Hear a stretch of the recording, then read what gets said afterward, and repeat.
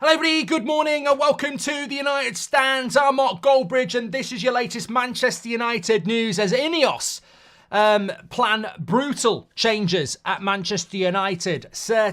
Not Sir Ten Hag, Erik Ten Hag, he's not been knighted yet. I hope he does get knighted, that would mean a treble. Erik Ten Hag sends a very strong and defiant message to Jadon Sancho. In fact, a stronger message than the one that prompted all the fallout in the first place.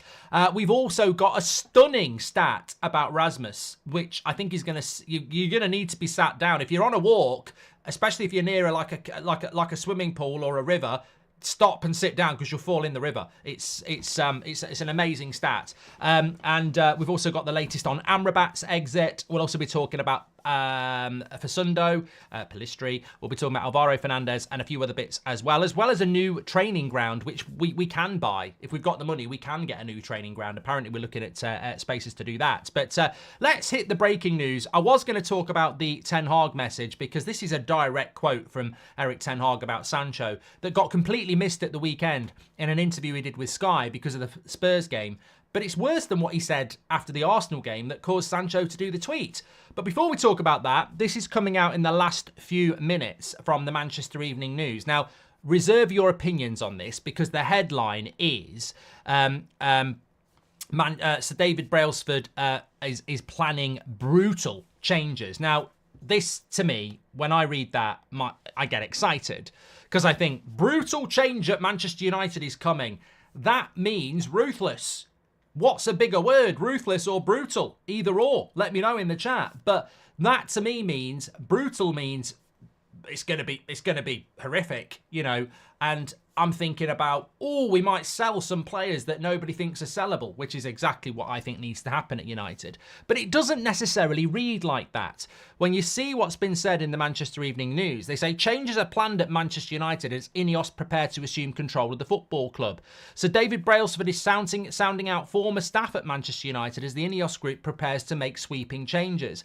Brailsford is conducting thorough due diligence and a source has suggested the changes at United could be brutal. United sources say Brailsford has been attending meetings this month to gauge the performance challenge at United, whose title drought is certain to tick past 12 years. And although Ineos plan to hire a sporting director and potentially a head of recruitment, the incumbent football director, John Murtough, wants to remain at the club. And a club source has said it was in the balance as to whether Murtough could stay in a more administrative role. United have backed manager with investment of more than 400 million on signings, and sources have stressed they were tracking certain targets before the Dutchman was appointed in April 2020. However, Brailsford and Jean Blanc, the Ineos chief executive, are due to join the United Football Board, and Blanc and Brailsford, accompanied by Sir Jim, have done a few meetings. And that's it. That's it. So, you know, that's the brutal change in relation to Manchester United, and that's the article. A little bit disappointed that that's an exclusive. Man United are apparently going to have brutal changes, and then the article talks that John Murtough might stay. If the definition of Man United's brutal is to allow John Murtough to stay, I'd love to know what friendly means. You probably get a bloody hand job or something. I don't. If that's brutal, I don't know what to say. Brutal change is coming. John Murtough might stay in an admin role. What they're gonna do? Don't give him a computer role.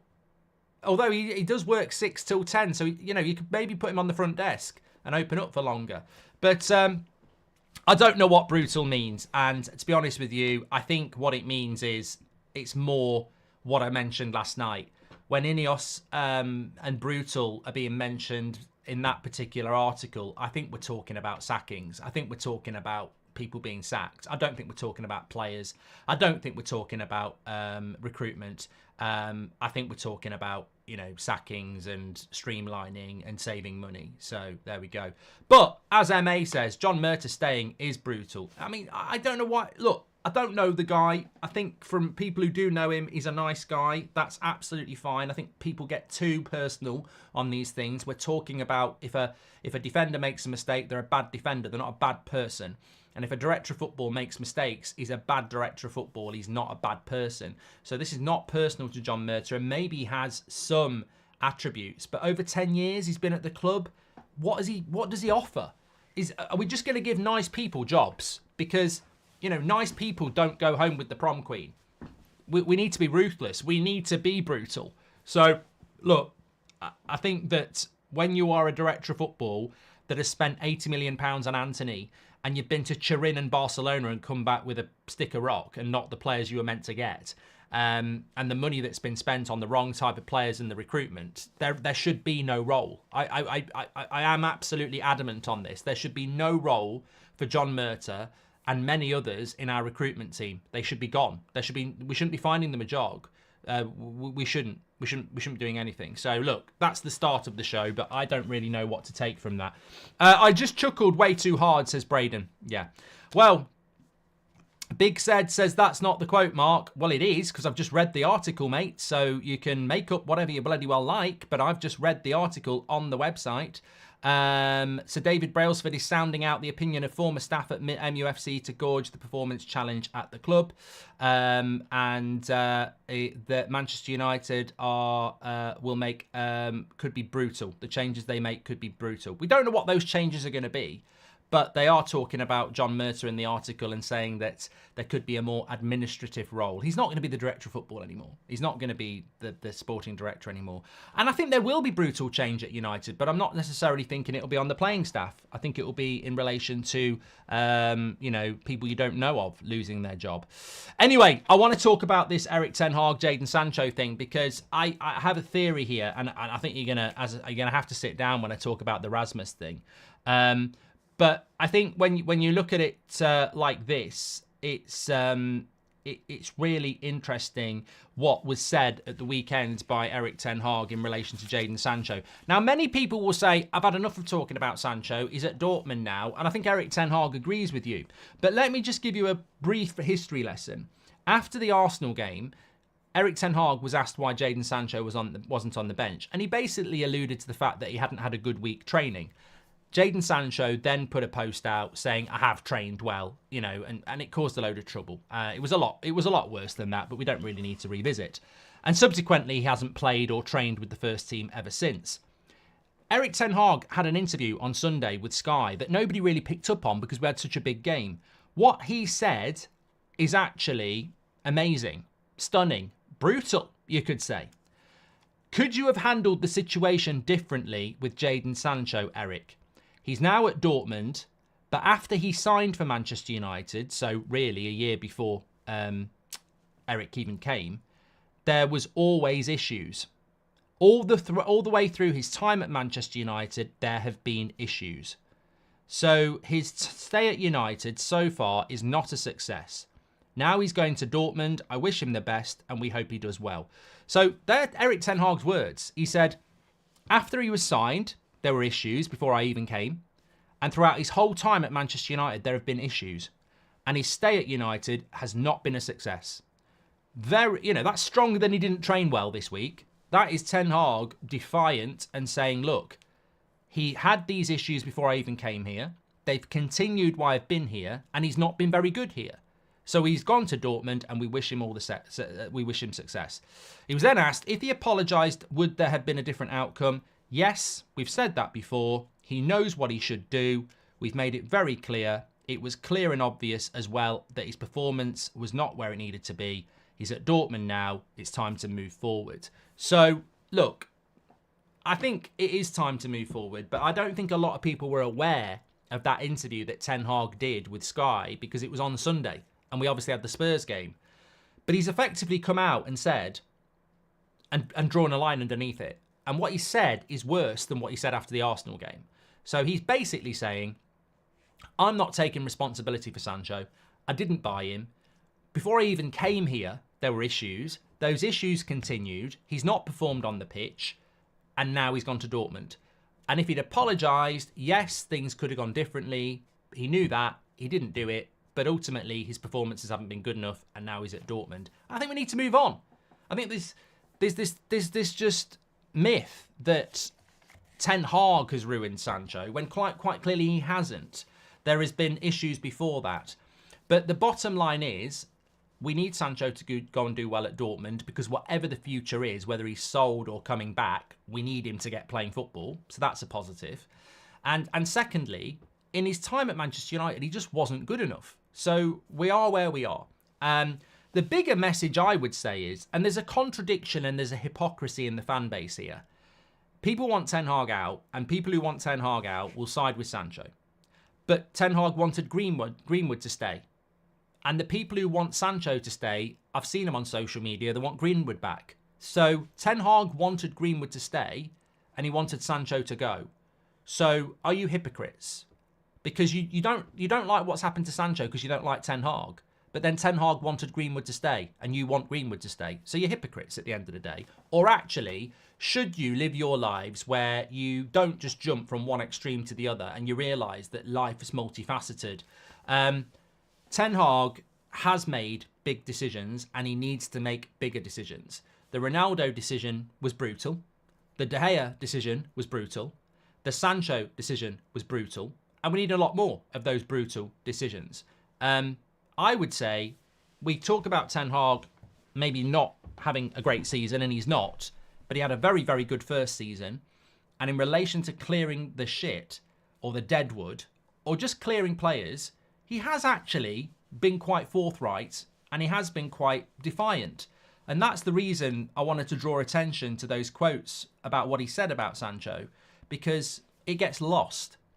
You know, you have 3 or 4 months where nothing was really said by Sancho or Ten Hag, and people just keep putting rumours out. Sancho goes to Dortmund, gets an assist. Ten Hag gives an interview why he's gone there.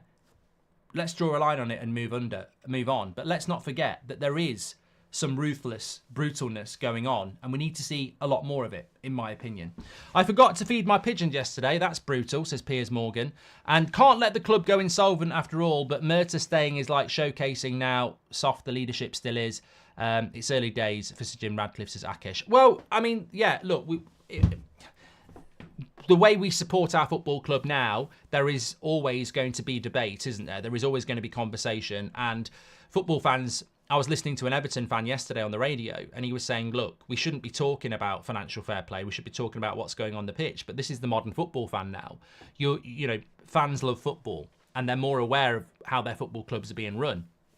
I think 20 years ago, when Sir Alex Ferguson was doing well, those of us who were around supporting United at that time, and I know a lot of that will be based on age, to be fair, probably didn't talk about director of footballs and CEOs as much as we do now, because we understand more now. And also we're not doing as well now, so you scrutinise things. But John Murta staying at the football club really would look weak on Ineos, to be honest, because even if Sir Jim looks at it and goes, he could do a role here, why? You know, it's like when you take on something new, some people have to be the sacrificial lamb, and he hasn't done a good job. So it's an easy win to remove him. Whereas if you keep him, are you keeping him because you can't afford to pay him off? I mean, that was mentioned to me 3 weeks ago when they were talking about a new role for John Murta. Somebody said to me, remember United are broke. Like, remember United have just... Well, I'll tell you about Alvaro Fernandez in a minute. But remember, Man United are broke.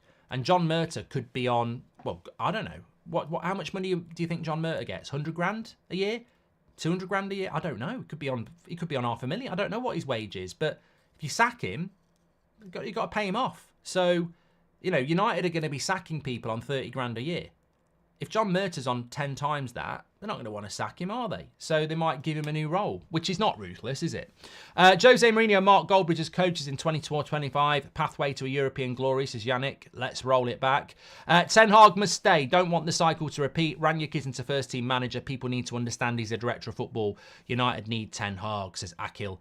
And also, just to say, on Alvaro Fernandez, this is big, big news. I don't know what John Murta would be on. Some people are saying 150k. I don't know. I don't know. I don't know what he'd be on, but he'd get severance pay as well, as Akash says. So yeah, exactly. But look, you know, I don't know what the settlement for John Murta would be, but it could run into hundreds of thousands of pounds. Where Alvaro Fernandez has now been announced as a Benfica player, there is an option to buy that becomes a requirement to buy. Fernandez is finished at Man United. I'm very, very sad about this. I don't know about you, but personally, I'm really sad about Alvaro Fernandez. My Man United career mode is back this afternoon on my channel, and Alvaro Fernandez plays a lot in my career mode. You know, that doesn't mean anything, But I said in the summer that he could be a breakthrough player this year, but we loaned him. I think he's a good player. I wouldn't be surprised if Alvaro Fernandez in 2 or 3 years' time is one of the best left backs in Europe. I will. You can clip that, but I genuinely think there's a player there, and I think the fact that he's gone on loan to Spain and now Benfica want him. Benfica aren't mugs. Benfica sell players for 100 million. Benfica regularly sell players for a lot of money. I don't think Benfica is stupid. So Alvaro Fernandez going to Benfica for €6 million, I think is a piss take, if I'm being absolutely honest. I think it's a joke. I really do. I know there's a buyback clause there. I know there's a percentage on any future sale. But I know what it is. I know exactly what it is. And I'll call it out for what it is. And I'm not anti Sir Jim or Ineos for this, because this is the type of ownership many of us knew was going to happen. They're not Qatar. They don't own the football club. So Sir Jim could pump hundreds of millions into that club. He's got access to it if he wanted to. But he can't do that when he only owns 25%. He doesn't own the club. So he can't clear the debt even if he wants to, because that would be stupid. You know, you don't buy somebody's garden shed and then refit their kitchen for them and decorate their bedroom and clear the gutters out, because you don't own the bedroom and the kitchen. You own the shed. Now, Sir Jim only owns 25%. So he's not going to clear the debt when he doesn't own all of the club yet. And he's not going to pump hundreds of millions of pounds in because he doesn't own the club yet. So what Sir Jim has to do is find ways to make the club make money to be successful. There's no point throwing his own money in because he doesn't own the club. So he can put some money in to buy 25%, but he can't throw what Qatar would throw at it, or he can't throw what he would have thrown at if he'd bought all the club. That's just ridiculous. You don't buy 25% of it and then throw loads of money in, while the real owners benefit by not throwing money in. And remember, the Glazers don't put any money into this club. So we're sort of in a contradiction here, where Sir Jim wants to put his money into the club. The Glazers never have put a pound in, and they own the money. They own the club. So it's a really weird situation. So Sir Jim has to raise money through the club. And you do that by selling Alvaro Fernandez, by selling Hannibal Mabry. That's how you do it. And that's why Alvaro Fernandez is being sold, because he may well be a player that's got a future, just the same as James Garner. But they are players that you can bring some money in and get some cash flow going, and that's what we're doing. So if you're going to sell Alvaro Fernandez for €6 million, which, let's be honest, is 5 million, but it's going to cost you $1 million to get rid of John Murtagh, you're not going to get rid of John Murtagh, are you? Because it's a lot of money. And this is what I mean about United now. I think we're going to see more and more of these decisions where we're raising money by selling young players. We're raising money by sacking employees at United. It's cost cutting to generate revenue, basically. We're going to be more streamlined to raise money. We're going to cut what people want. You can't sell Donny van de Beek for 6 million because no one will give you it. No one will pay that wage. But you can sell a young player. You can sell Alvaro Fernandez to Benfica a piece of piss, because his wage will be so small that Benfica will be like, we'll pay his wage and we'll give you €6 million. But they're not going to give you 15 million for Donny and then pay him 150 grand a week. They're just not going to do it. So United are selling what can be sold at the moment. And the easiest way to sell players is to sell young players. And that's what we're doing at the moment. We're trying to raise money, and people are going to lose their job. You know, if you work in the canteen or admin or on the pitch or as a grounds person or something like that, you're at risk, because they're gonna trim the fat. They're gonna try and get money in. Of course, that's what they're gonna do. So Jim isn't in control till February, Mark. We already done this with Garner, etc. Says Jake. Yeah. I don't know what you mean by that, Jake. I genuinely don't know what you mean by that.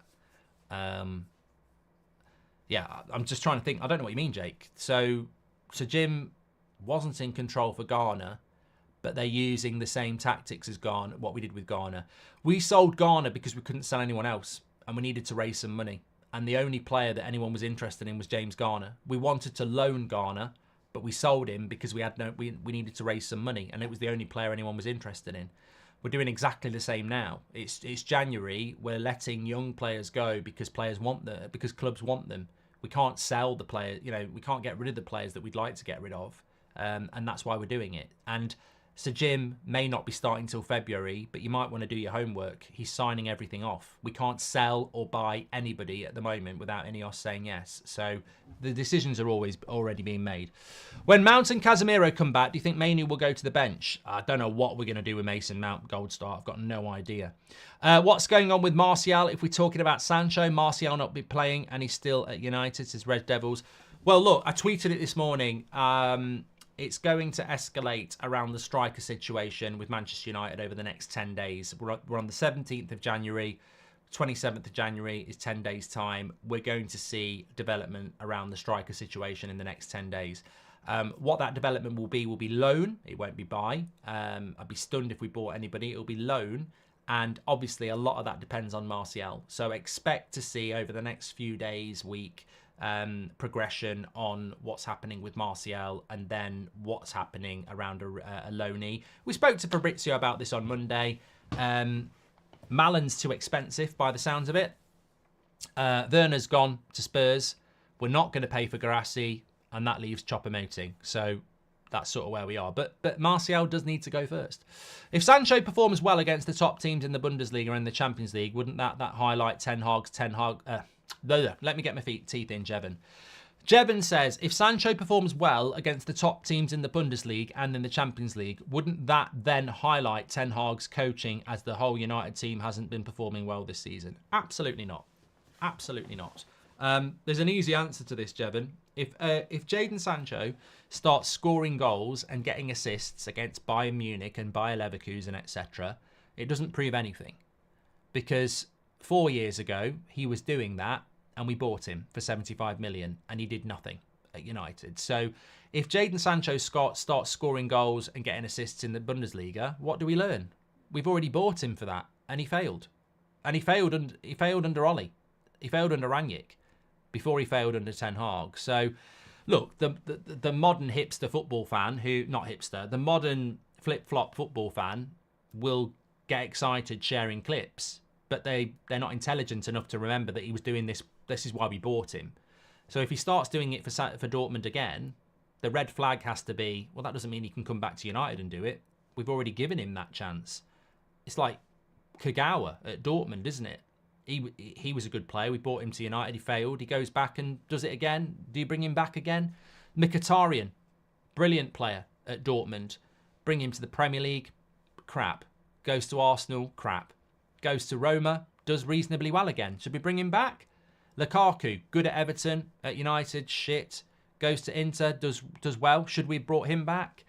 We've got to stop making these mistakes. You've got to move forward. You don't move forward by going backwards. I believe that Sancho needs to be sold, and I think that's the best step for everybody. But what do I do? I'm not in charge. I want to tell you a story here. This is just something I'm very, very excited about. So, we've been talking about, yesterday we were talking about United and how we are basically top of the league for long balls. And there was something else, offsides as well. So we're very much a long ball team. And that's been proved, and I think sometimes we sit here going, Man United are a counter-attacking long ball team. And then some people go, no, we're not. We're a high-pressing team that transitions quickly. We're not. We're a long ball team. That's what we are. And the stats prove that. Another thing that we talk about is that Rasmus gets no service. And some people say, well, look at the game against Wigan. Well, no, let's look at the Premier League. Let's look at the Premier League this season and let's just snapshot this, because a lot of you are probably going to not be surprised by this, but some of you will be shocked, I think. So sit down. In the Premier League this season, 4 players that have played more than 1,100 minutes, so, we're not going to use people who have cameos off the bench. Who has had the most shots this season for in the Premier League? And this is out of anybody who's played as a striker. So the parameters I put in was least amount of shots this season, or most amount of shots this season, but you've got to have played more than 1,175 minutes, which is about 12 games, isn't it? And we've set a 12-game limit, 1,175 minutes. who's had the least amount of shots. So not everybody's going to be there because there might be somebody who's played less than 1,175 minutes. The players who had the most shots is Mo Salah. Mo Salah has had 65 shots in that amount of time. Ollie Watkins, second, with 56 shots. And what a surprise that Mo Salah and Ollie Watkins are number 1 and 2 anyway for goals and assists this season. Solanke, again, having a great season, 56 shots. Erling Haaland, 54 shots. Darwin Núñez doesn't even hit the target very often, 54 shots. Alvarez, 54 shots. Son, 52 shots. Kuna at Wolves, 45 shots. Jared Bowen at West Ham, 44 shots. Nicholas, or Michael Jackson, whatever you want to call him, 42 shots. Marcus Rashford, 42 shots. Who's had the least amount of shots? It's Rasmus, 20. Unfucking believable. Unbelievable. Don't take him to Revo. He doesn't do shots. This is incredible. Absolutely incredible. He is bottom of the chart for shots this season for strikers in the Premier League who've played more than 1,175 minutes. 20 shots for a £60 million striker. That's disgusting. It's disgusting. And that isn't on Rasmus, because a desperate striker can get the ball and shoot. You can shoot from 30 yards, 40 yards, ridiculous angles. So when I checked that stat, I wasn't convinced that Rasmus would be bottom, because I thought, there might be times where he's so desperate to get a shot off, he shoots from where he shouldn't shoot. But even if you take that into account, he's still bottom with 20, which absolutely exposes the fact that he gets shit service. So you buy a striker for 60 million and people start taking a pop at him like Keane was last week, saying, we've seen enough, he should be doing more. How the hell can he do more when he's getting 20 shots and you've got people like Mo Salah having 65, Watkins having 56? Even Marcus Rashford's had double the amount of shots.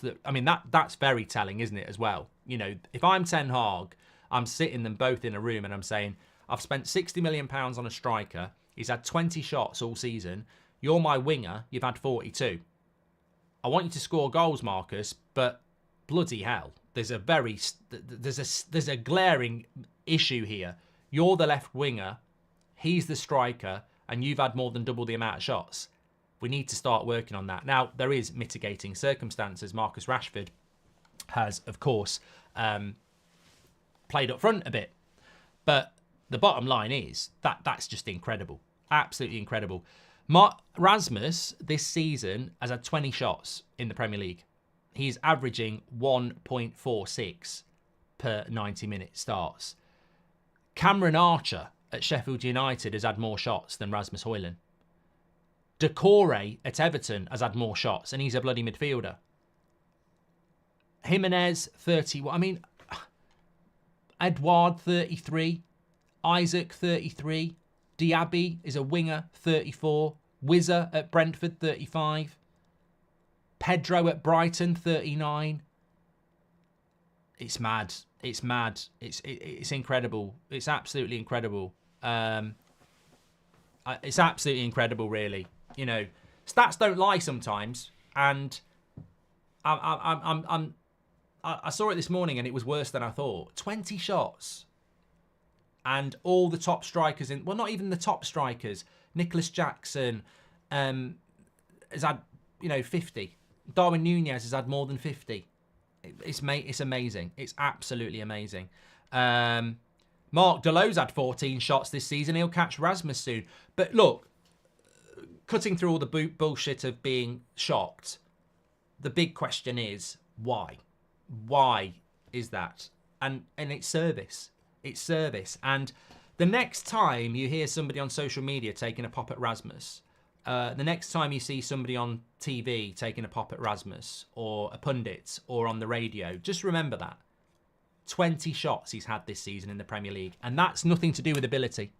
I'll sit down with any ex-player or any pundit and I'll say, if they want to have a pop at Rasmus, I'll happily have the conversation, and they will lose the battle, because if they go, well, I'm not seeing enough from him, I'd say, well, he's got less than half the amount of shots. I mean, let's be honest. Watkins, Solanke and Salah have got nearly 3 times the amount of shots. We can't judge this guy until he's getting the same amount of shots that Solanke's getting. It's disgusting. It's absolutely disgusting that he's only had 20 shots this season and Solanke and Watkins and Jackson are up in the 50s and Nunez. It's disgusting. It's absolutely worse than what we discussed yesterday. To be in a situation where Manchester United, and this is what those of us who said, I was listening to the radio the other day and there was a United fan on the radio and he said, it wouldn't matter if we had Harry Kane or Erling Haaland up front for Man United. It wouldn't make a difference. And I can't remember whether it was Jim White or it was the morning show, because it was Talk Sport. And they went, well, I know what you mean, but you're wrong. And I was, well, no, he's right. He's absolutely right. Because what Jim or whoever it was is thinking is that Haaland and Kane are better than Rasmus. But actually, the United fan was right. There'd be 0 point in buying Harry Kane at Man United. There'd be 0 point in playing Erling Haaland would be worse at United. Erling Haaland would be shit at United. Harry Kane can drop deep and get involved in the build-up play. Rasmus is good at that as well.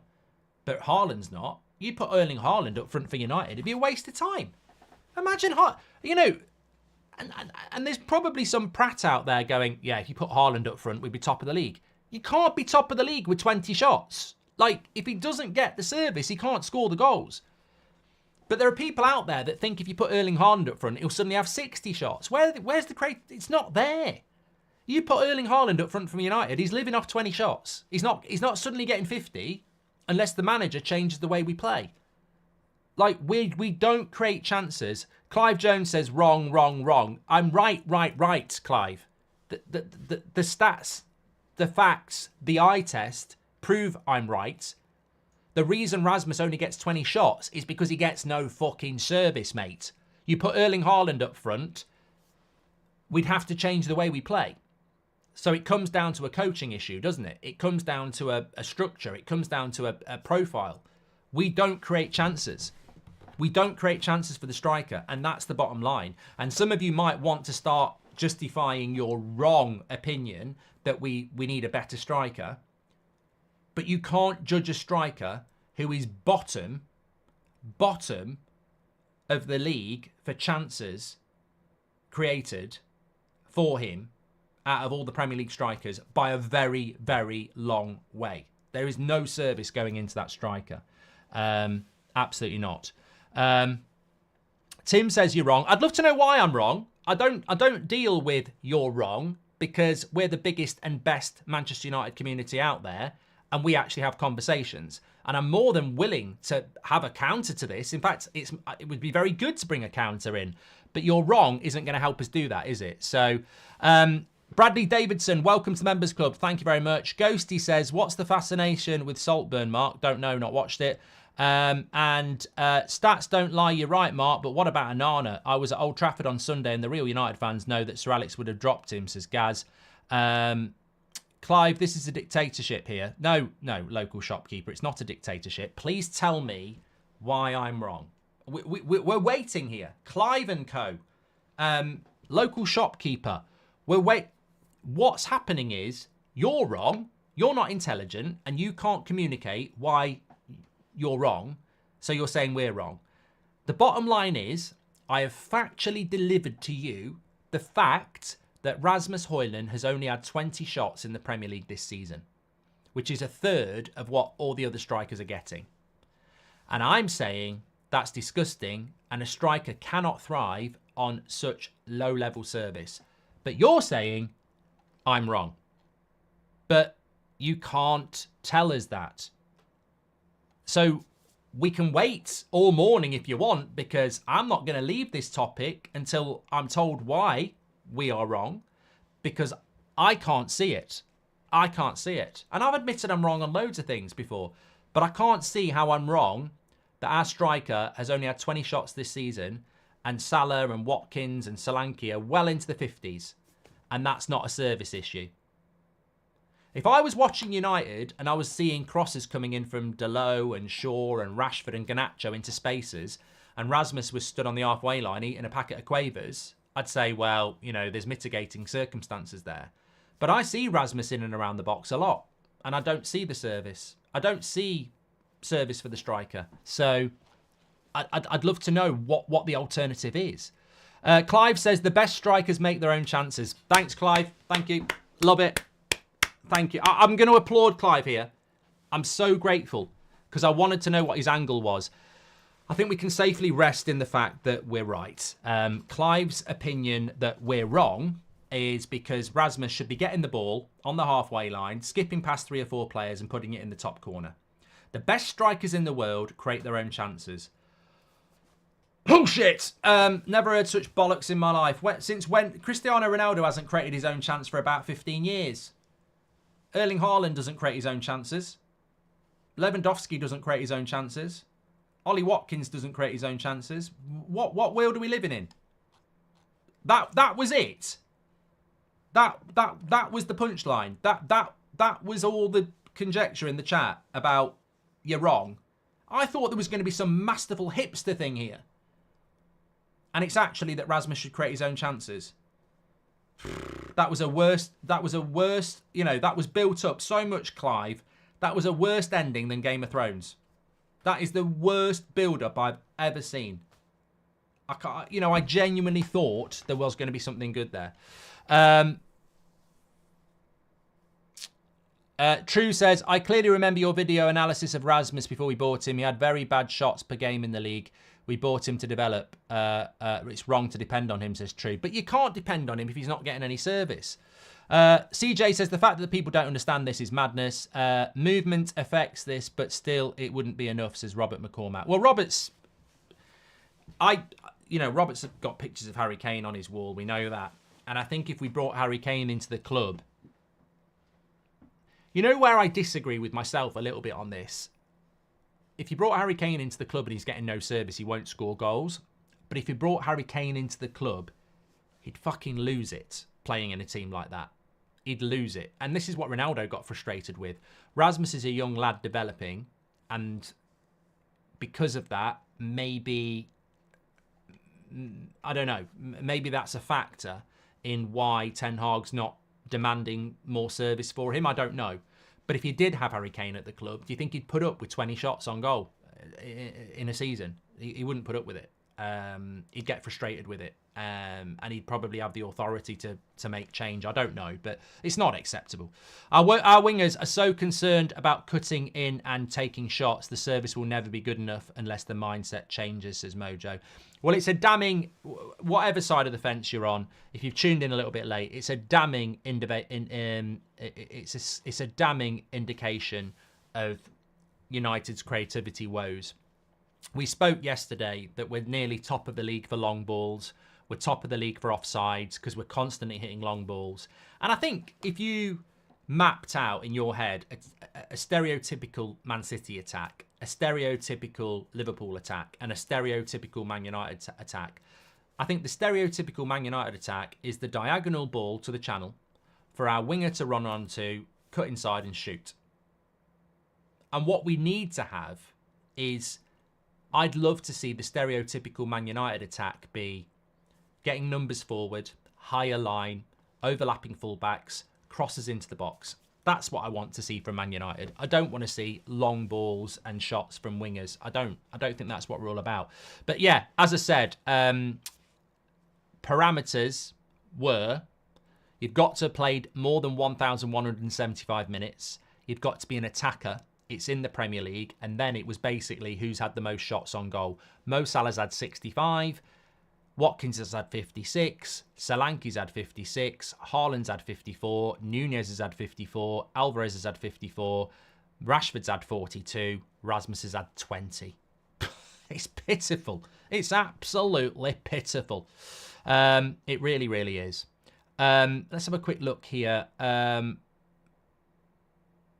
Haaland does make it easy by bullying defenders. He'll turn a half chance into a chance, says Martin. I don't think that's the excuse, mate. I mean, the eye test, I'm not a big one for stats, as you know, but stats do jump out at you like that. You can't deny them because they actually... Chances created is weird. I don't really get what chances created stats are all about. But shots are shots. You know, that's what they are. And, it needs to be better. Rudrich says, you are wrong, but have you seen the team... have you not seen team regress in the last 6 to 8 minutes? Players are scared to hold ball. Is that not coming from training? Even with Ollie, they were not this bad. Why am I wrong, mate? I'm getting a bit bored of it now. Like, nobody's actually got an intelligent response to this because I'm right. And everybody else with me is right. Niall says 12,000 watching. Don't forget to smash the like button. Yeah, we're very close to 1,000 likes, so please smash a like. I don't mind being wrong, by the way. You know, all jokes aside, let's have a few classics from Goldbridge. When Liverpool bought Virgil van Dijk for 75 million, they've just bought the Dutch Chris Smalling. When Manchester United paid £80 million for Harry Maguire, we're buying one of the top 5 centre-backs in the world. There's been plenty. You know, don't get so stressed about getting things wrong. We learn from that. So I'm happy to learn. You know, I get loads wrong, but I can't see there's anything to learn on this other than the staringly obvious fact that we don't just not create chances for our striker. We're fucking terrible at it. Think about Man City. Their first instinct is to push for the better pass for a better opportunity. Literally a striker dream getting fed nearly every play. Well, look at it. Look at it like this. This is how I look at it. So Mo Salah's had 65 shots this season and Darwin Nunez has had 54. That means collectively just 2 Liverpool attackers have had... what's that? 69, 119 chances. Am I right with that? Yeah. 119 chances. Between Salah and Alvarez. Rasmus has had 20. Rashford has had 42. So 62 plays 119. And the majority of those have been Rashford chances. Alvarez has had 54. Haaland's had 54. You know, it's crap. It's really, really crap. There's no other way of putting it. Remember Fergie binned 16 first-team players and kept Brian Robson and Mike Duxbury all those years ago, says Anthony Murray. My opinion is it worries me that Rasmus often isn't the first man on the end of a ball or even an option when we break, as he's not that quick, says Tom. Well, he is quick. Is there a comparable missed chances percentage stat? I don't see how another striker massively improves things, says Michael Neal. I'll look into that a little bit more. True, because we're 19th with 19% cross accuracy, says Alexandru. How many has McTominay had? Because he steals so many shots from Rasmus, says Tusha. I mean, that is an interesting point. Let's see if I can find... How would I find McTominay? I might be able to do this very, very quickly. Palestri's going to go to Granada, by the way. I don't know what anyone thinks about that. Stats.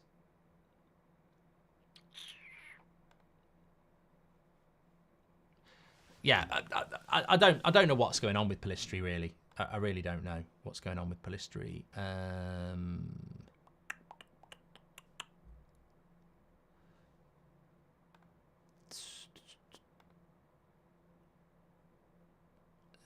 That can't be right.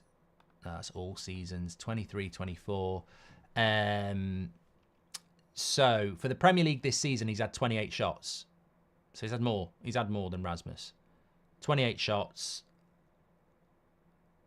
to Rasmus's 20.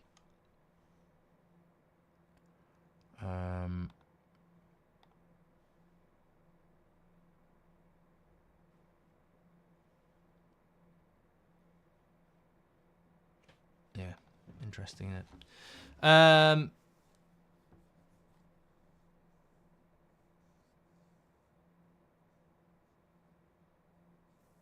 I think the big point on this is that it's you know what, I love this community because it's turned into a conversation on a morning show that we wouldn't normally have. It's more of an evening show thing, and maybe we can pick it up later on. But the point I brought it into the show was to not start talking about McTominay or Rashford or Ten Hag.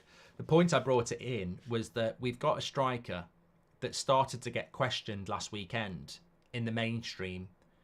And I feel that we need to defend him as a fan base because we watch the games with our eyes. And even against Spurs, he scored a great goal. He had no other shot. Like, if Rashford shoots, because people call that an assist from Rashford, that's not an assist.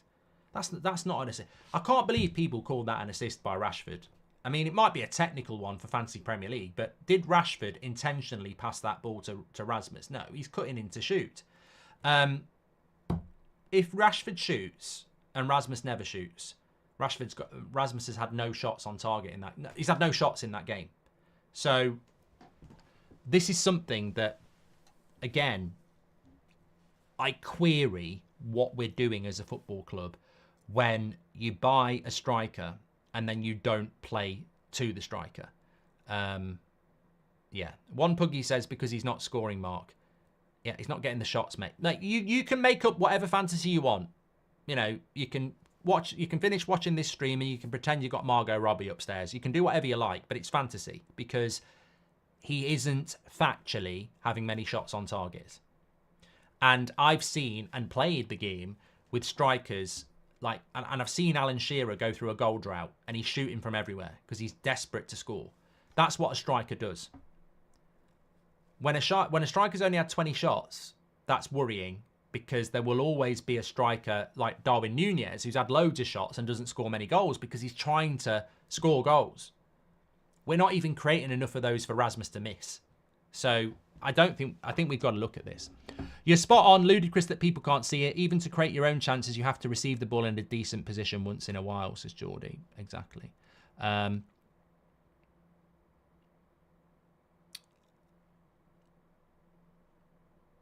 Recurring 66 says, what about the positioning and reading of a game by a striker? Couldn't that be a factor? It could be, and this is a very intelligent point. But again, this is where the eye test comes in. How many times when you've watched Man United this season, do you watch United create chances for a striker? How many times do you see Man United put a good cross into the box and think, ooh, where's the striker? How many times do you see a cutback and go, where's the striker? How many times do you see a probing ball into the box and go, where's the striker? We don't do it. And also, let's just remember something here that we should have brought in a lot earlier. There's probably some very interesting information about this over the previous years because Ronaldo was in a graveyard shift, Martial was in a graveyard shift, and Cavani was in a graveyard shift. We christened striker for Man United as a graveyard shift 4 years ago. It's nothing new. We've been talking about this for 4 years. It's a graveyard shift for Manchester United strikers, so it's nothing new. We don't focus on actually what every other team in the Premier League seems to do. Bournemouth, Villa, Brighton, Chelsea, Man City, Liverpool. They all focus around creating chances for their striker. And United, for some reason, don't do it. And there might be a good reason for that, but I don't really know. I don't really know. And people say, like AM says, it's the winger. But the problem with that is, we'll play a different brand of football. You play wingers that are creative. I mean, the one thing about Pellistri is he tries to put a cross in. And we're getting rid of him. We're getting rid of the one striker that gets to the byline and puts the cross in, by the way. Anyway, look, we could talk and talk and talk. And thanks everyone for watching. Apart from not creating proper chances, McTominay runs into Hojlund's path. Bruno plays short corners or his corner doesn't beat the first man very often, says Anil. Thanks everyone. Really interesting conversation this morning, and I'm sure it's going to continue in the comments as well. We're back at 2 o'clock. We've got Rob Dawson, ESPN, on the show at 2 o'clock live, so make sure you tune in for that. Ineos, we'll be talking about what this brutal change means, trying to get a bit more about that as well, the director of football, signings, etc. Make sure you smash a like on the video and subscribe, and don't forget to get in the comments. There's lots to talk about. Take care, everyone. Loved the show this morning. This is what we do. Love it. We did it. I'm starting to enjoy bringing in these stat conversations. I can't stand stats where people just dictate to you and go, look at the board, look at this. This is this. This is this. I'm loving the way we're bringing them in and having a conversation. I'm loving it. I'm going to do it more. Thanks for watching. Legends. Speak to you in a bit.